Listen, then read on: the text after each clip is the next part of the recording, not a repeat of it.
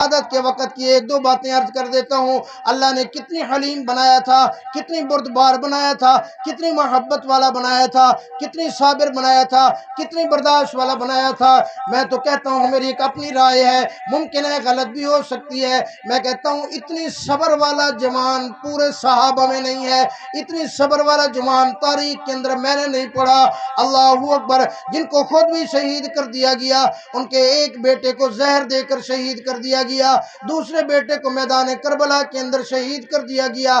آگے جا کر آپ تاریخ کے اندر پڑھو، فرمایا بنو امیہ کا جب دور آیا، ایک وقت تھا 17 شہزادے تھے اہل بیت کے، 17 شہزادے تھے حضور صلی اللہ علیہ وسلم کے خاندان کے، 17 یا 18 نوجوان۔ وہاں کسی بنو امیہ نے اشعار پڑھ دیے، کسی شاعر نے، اس بدبخت بادشاہ نے 18 کا 18 نوجوانوں کو شہید کرا کے ان کے اوپر دسترخواں بچھا کر کھانا کھایا۔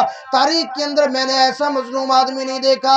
سیدنا علی المرتضیٰ رضی اللہ تعالیٰ عنہ نماز کے لیے تشریف لائے، صبح کی نماز ہے، عبد الرحمن ابن ملجم بدبخت نے ان کے اوپر حملہ کیا، سر مبارک کے اوپر حملہ کیا، زخمی کر دیا۔ جب زخمی ہوئے گرے، اللہ اکبر، حضور حضرت علی المرتضیٰ رضی اللہ تعالیٰ عنہ کی بیٹی حضرت زینب دوڑتی ہوئی آئی، وہاں زینب تیرا بھی کیا صبر ہے، اپنے باپ کو جھولی کے اندر اٹھایا۔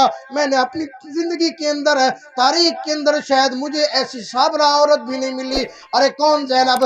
بچی ہے، باپ شہید ہو رہا ہے گود کے اندر، میدان کربلا کے اندر بھائی شہید ہو گئے، 7 بھائی شہید ہو گئے آنکھوں کے سامنے، آج تک نہ کی 2 بیٹے شہید ہو گئے، آج تک نہ کی بھتیجے شہید ہو گئے، آج تک نہ کی بھانجے شہید ہو گئے، آج تک نہ کی۔ ارے آج کوئی ایسی عورت تو لاؤ جس کے سامنے اس کے بچے کو صرف خالی ایکسیڈنٹ ہو، اس کا خون دیکھ لے، ہماری مسورات بے ہوش ہو جاتی ہیں۔ واہ زینب تیرا کیا شان ہے، واہ زینب تیرا کیا مقام ہے، تیری رگوں کے اندر یقین امام الانبیاء صلی اللہ علیہ وسلم کا خون دوڑتا ہے۔ اللہ نے بڑا صبر عطا فرمایا تھا، باپ کے سر مبارک کو جھولی کے اندر رکھا، رونے لگی، پٹی باندھنے لگے۔ اس ابن ملجم بدبخت نے کہا، اس نے کہا کر لو جو علاج کرنا چاہتے ہو، 1 مہینے تک میں نے اس تلوار کو زہر کے اندر بھگو کے رکھا ہے، یہ بچنے والے پھر بھی نہیں ہیں۔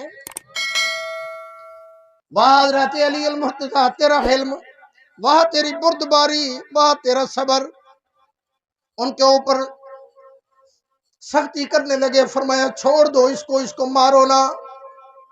واہ علی المرتضیٰ، ایسا بندہ تاریخ کے اندر پیش تو کرو۔ ارے آج تجھے اور مجھے کوئی ایک بندہ گالی دے دے، سگا بھائی کی سخت الفاظ کہہ دے، کئی سال تک بھائی سے بول چال بند رہتا ہے۔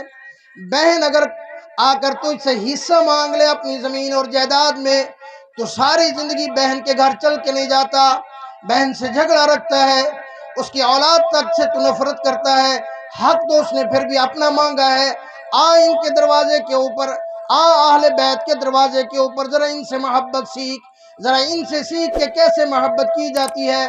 فرمایا اس بندے کو چھوڑ دو، اس کے اوپر تشدد نہ کرو، اس کو نرم و نرم بستر پیش کرو، اس کو گرم گرم روٹی پیش کرو، اس کو ٹھنڈا اور میٹھا شربت پیش کرو۔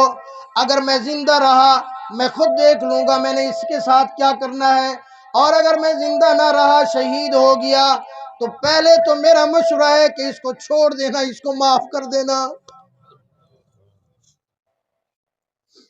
سیکھو ان کے دروازے سے۔